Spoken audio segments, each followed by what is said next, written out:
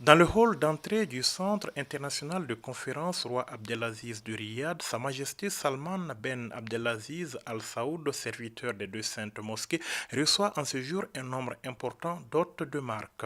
L'occasion est historique et ils sont venus des pays arabes et musulmans sans oublier les États-Unis d'Amérique pour une rencontre au sommet dédié à des questions de sécurité. Premier du genre, le sommet arabo-islamo-américain se voulait un espace d'échange en vue de nouer des partenariats sécuritaires pour lutter efficacement contre le terrorisme et l'extrémisme violent.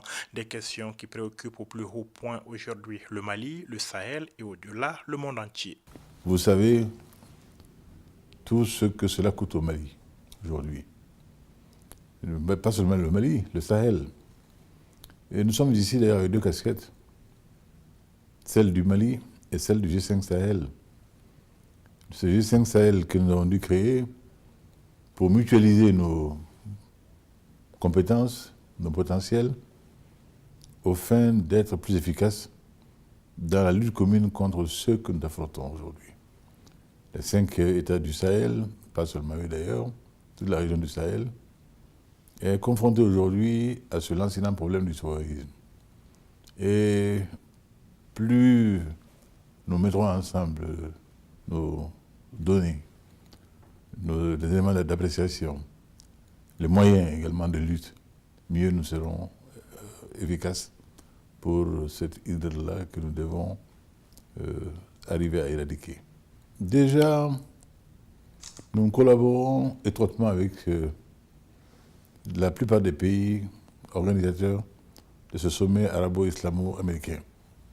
Que ce soit le pays hôte lui-même, l'Arabie Saoudite, et les États-Unis d'Amérique, tous deux sont aujourd'hui en coopération étroite avec nos services, avec nos forces armées.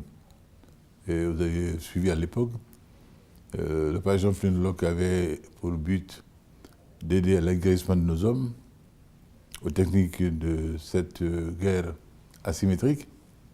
Et cela continue encore. Nous avons des stagiaires aux États-Unis, ce n'est pas un secret d'État. Nous avons également des échanges au niveau de l'intelligence. Donc les choses déjà sont assez avancées à ce domaine-là.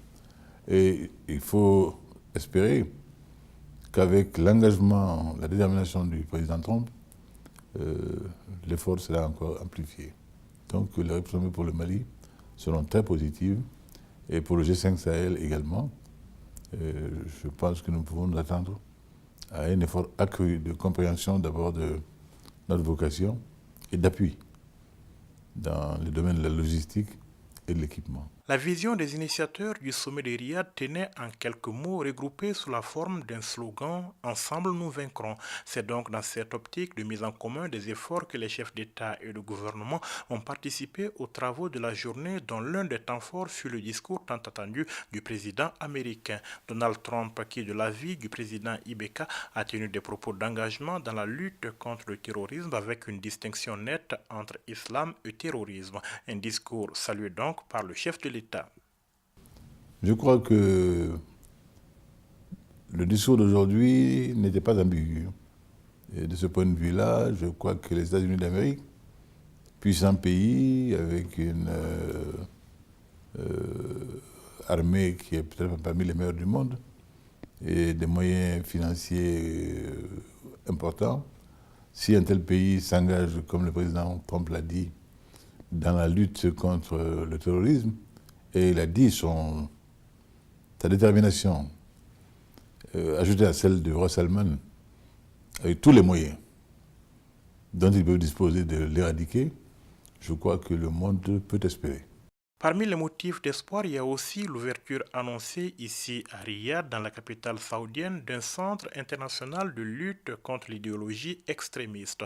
Un centre qui, selon ses concepteurs, s'opposera à la propagation de l'idéologie extrémiste en faisant notamment la promotion de la modération et en soutenant la diffusion du dialogue positif.